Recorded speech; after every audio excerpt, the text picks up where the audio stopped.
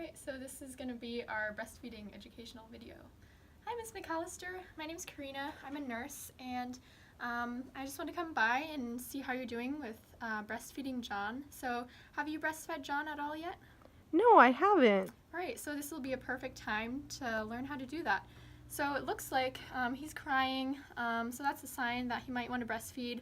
Also, he's got some rooting going on, so his head turns like this if I stroke his cheek, and it looks like he's reaching for his mouth and making some sucking motions, so I think those are all some good signs that we can try to breastfeed.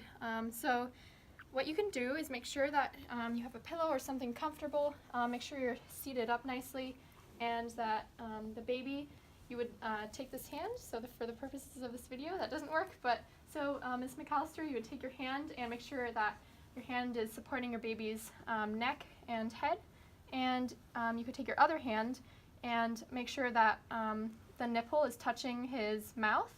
And as we can see, John's mouth opens up right away and he latches on. So some good signs to look for a good latch are that the bottom lip curls out and that the chin is touching or almost touching the breast. Also, we can see he's swallowing rhythmically, and we can hear the sucking noises, as well as the areola, so that's the dark skin around the nipple. You can see it a little bit more above the nipple than below the nipple. So those are all some great signs that he's breastfeeding well, and I'm going to come back and check on you in a couple of minutes. Hi, Mrs. McAllister. So it looks like baby John just lashed himself. So that's a sign that they're done feeding. In future feedings, if there's a reason why you have to go somewhere, or you just need to be done breastfeeding, a trick that you can do is sticking your pinky into baby John's mouth and just pushing him off.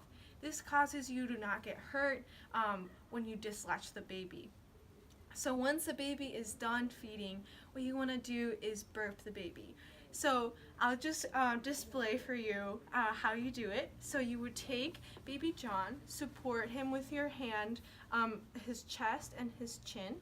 You would lay him on his lap and lay down a cloth just in case they spit anything, baby John spits anything out.